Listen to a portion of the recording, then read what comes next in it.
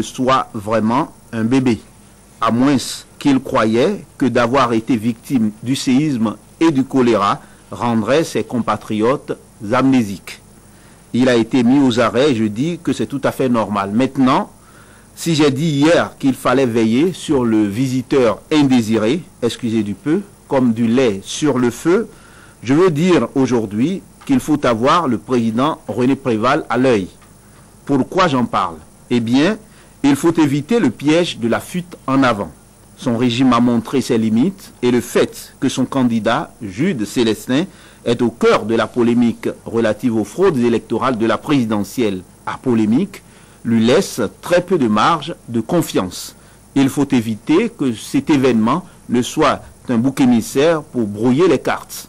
En même temps qu'il est impératif d'empêcher que Jean-Claude Duvalier ait pignon sur rue à Port-au-Prince, il est tout aussi capital que le régime soit surveillé de très près. Mon intime conviction, c'est qu'il y a quelque chose qu'on nous cache dans ce retour de Duvalier. Est-il venu de son propre chef ou lui a-t-on demandé de revenir au bercail? Auquel cas, à quelle fin? À qui profiterait cette situation confuse de plus? À chacun d'y répondre. De toutes les façons, il y a trop de gens qui doivent s'expliquer devant l'histoire sur comment a pu être organisé le crime contre l'humanité qui se perpétue en Haïti au nez et à la barbe de la communauté internationale. Après l'aventure ambiguë de la présidentielle qui laisse à désirer et en attendant le verdict des vérificateurs qui tarde à tomber, on peut se permettre d'imaginer qu'il y a des gens qui ont intérêt à ce que ce pays n'ait jamais la paix. Qui sont-ils? Il n'y a rien de caché sous le soleil. Et qui sème le vent récolte la tempête. Un jour, les Haïtiens connaîtront leurs vrais ennemis, si ce n'est pas déjà le cas. Tout finit par se savoir. Voilà, donc il y a comme quelque chose de louche qui se cache derrière ce retour assez quand même étonnant de Jean-Claude Duvalier au bercail, après avoir régné sans partage sur son pays à la suite de son père. Il a fait 25 ans d'exil, il revient au bercail au moment où le pays est en crise, crise économique, crise sociopolitique. Et là, Héribert Labelle-Adjovi semble y voir quelque chose de vraiment pas clair, Winner Abessi. Est-ce que vous êtes un peu d'avis aussi? Il y a une foultitude de questions ce matin. En tout cas, pourquoi est-ce qu'il est rentré? Pourquoi est-ce qu'il est rentré en ce moment précisément au plus fort du chaos en Haïti? Est-ce qu'il ne devrait pas se douter qu'arrivé à Port-au-Prince, son arrestation aurait été dans l'immédiat et dans l'heure et dans l'instant? Pourquoi est-ce qu'on a attendu 36 heures pour le faire arrêter? Pourquoi la France l'a-t-il laissé parti? Parce qu'il faut savoir que depuis 25 ans, depuis le 20 février 86, il est en France. Pourquoi est-ce que... et on peut se demander, est-ce que Préval derrière tout ça? René Préval, le président sortant, qui devrait être sorti depuis, mais qui est en place parce qu'il n'y a plus personne, il n'y a personne pour le moment pour assurer la présidence d'Haïti, présidence virtuelle, parce que c'est les ONG qui président au destiné d'Haïti depuis le séisme. Est-ce qu'il n'aurait pas encouragé Bébé Doc à rentrer pour aggraver la confusion, pour en profiter ensuite? Et puis, j'ai derrière tout ça d'autres préoccupations. La justice haïtienne a fait arrêter Bébé Doc pour, mettons, essentiellement des crimes économiques. On a fait l'impasse, j'observe, sur les crimes contre l'humanité, les meurtres, les enlèvements, les viols. C'était un régime de prédation. On a dit hier, régime dantesque.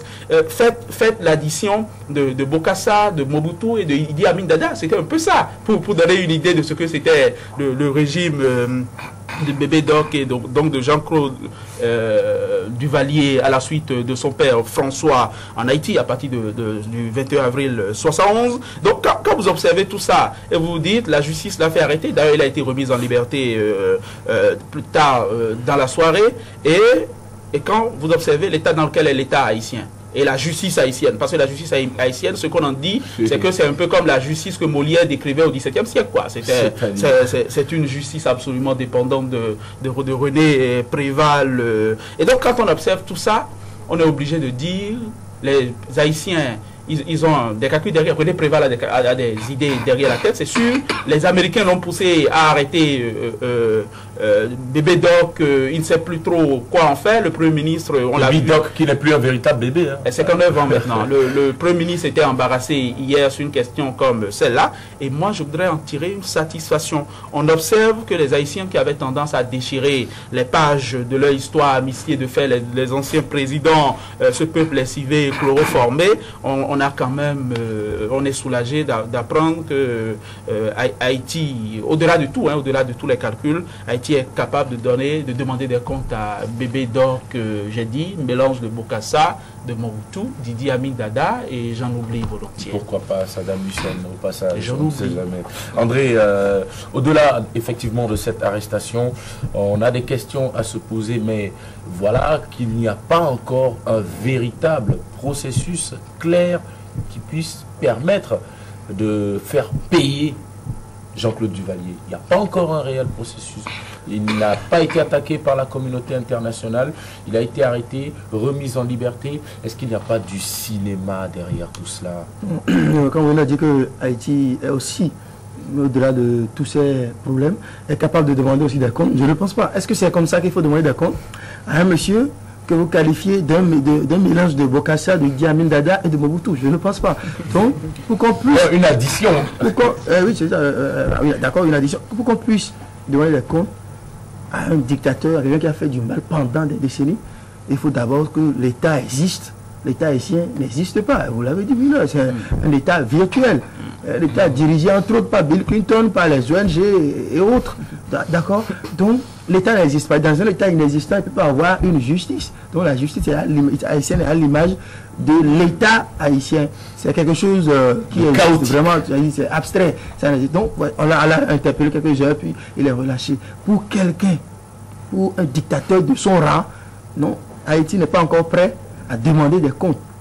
Et de l'autre côté, l'autre aspect que je vais aborder, vous avez quelqu'un qui a fait autant de mal, qui a été à l'origine de beaucoup de crimes, mais à qui on n'a jamais demandé des comptes, mais qu'un pays qui se dit chantre de la défense des droits de l'homme a hébergé pendant 25 ans, et l'a laissé partir doucement, tranquillement, allègrement dans son pays pour prétendre aider.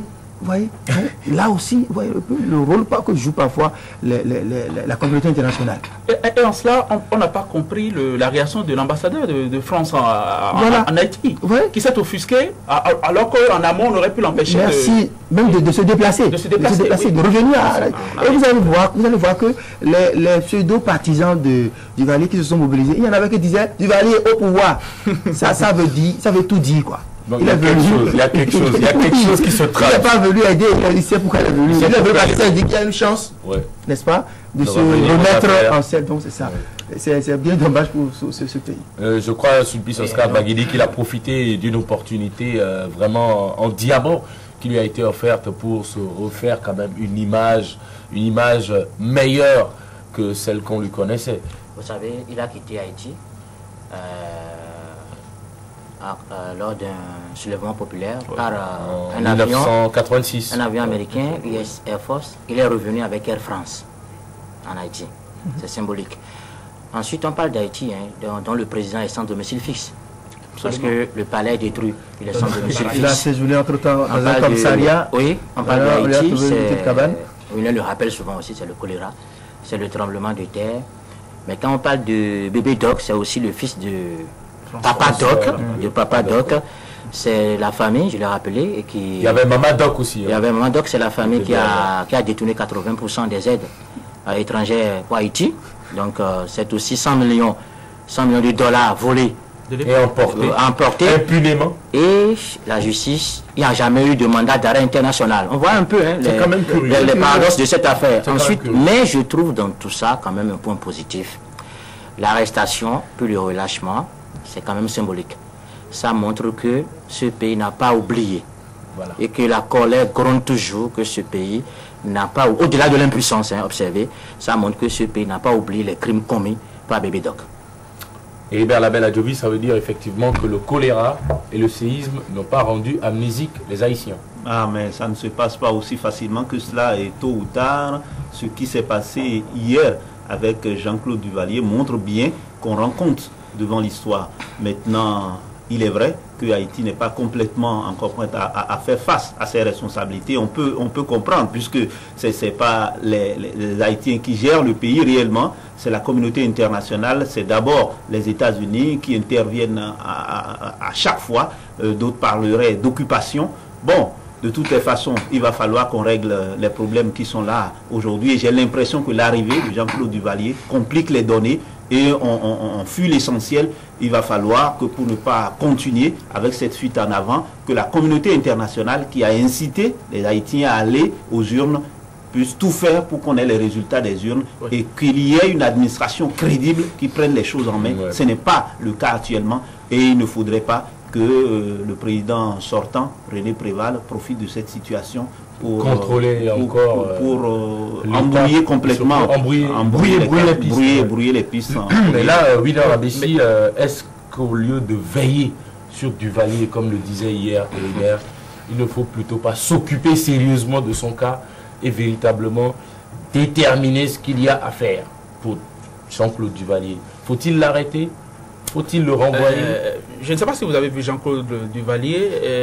Je n'ai pas consulté son médecin. Je ne l'ai pas appelé en tout cas. Mais il a l'air en piteux état. Ça, c'est vrai aussi. Il a l'air en 80 ans.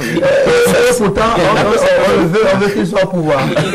Il a l'air en piteux état. Mais en même temps, c'est une mauvaise nouvelle pour tous les autres, pour Ben Ali, pour Gbagbo et pour tous les autres. Ça veut dire qu'ils ne seront en paix nulle part. Ils n'ont qu'un choix, mourir. Et même morts, ça marche définitivement. Et même morts, ils seront hantés par les esprits de mais je veux être aussi optimiste que Winner, mais je dis jusqu'à aujourd'hui, on constate bien le fait que pendant 25 ans, Jean-Claude Duvalier n'a jamais été inquiété est la preuve qu'il y a une justice internationale à deux vitesses et que lorsque on n'est pas content avec un régime, les grandes puissances, on peut inquiéter, mais lorsque on a des intérêts à protéger quelqu'un, il a pignon sur rue. Et ça, il faudrait que ça change. Le pauvre Saddam Hussein ne s'est pas volatilisé dans la nature avec 100 millions de dollars et pourtant on l'a pendu. Faisons attention à la caricature en même temps, Ribera Beladjovic, parce que ceux qui tuent, ceux qui montent les escadrons de la mort, ceux qui tuent, notamment dans Abidjan et depuis 10 ans, on devrait pouvoir leur demander des comptes. Non, mais ça, c'est pas une histoire. Non, tu as amené le débat. D'autres te diraient, est-ce qu'on a demandé des comptes? Non, d'autres te diraient, est-ce qu'on a demandé des comptes, par exemple, à un président comme George W. Bush? C'est un exemple. C'est-à-dire, il faudrait Winner ne personnalisez pas le débat. Il faut rendre justice au peuple, nous sommes du côté des victimes. Personnalisez pas le débat. Ce que je c'est qu'il faudra la chance de revenir sur la Côte d'Ivoire. Voilà, c'est ça. Dans les jours à venir, puisque l'actualité en Côte d'Ivoire, c'est lui qui m'a sorti de mon faire la une. Ne faites pas cette fixation sur la Côte d'Ivoire. C'est vous qui m'avez. Il faudrait qu'on change cette justice à deux vitesses, à double vitesse. Il faudrait que la justice soit la même. Il faut rendre justice au peuple. Sur le plan. Il faut rendre justice au peuple, à tous les peuples sont victimes. Merci, on vous aura compris. Merci infiniment. On se retrouvera demain pour toujours parler de l'actualité internationale. En attendant, Actu Matin de ce mercredi matin se poursuit. Dans la deuxième partie, vous aurez droit à la littérature. On ouvrira les guillemets avec Amour Gbovy. Juste après, on va prendre des nouvelles de l'actualité sportive avec Darius Dadé. N'oubliez pas votre revue de presse en fin d'édition. Mais avant tout, le break. On va consulter les astres avec Ange Michel Coco.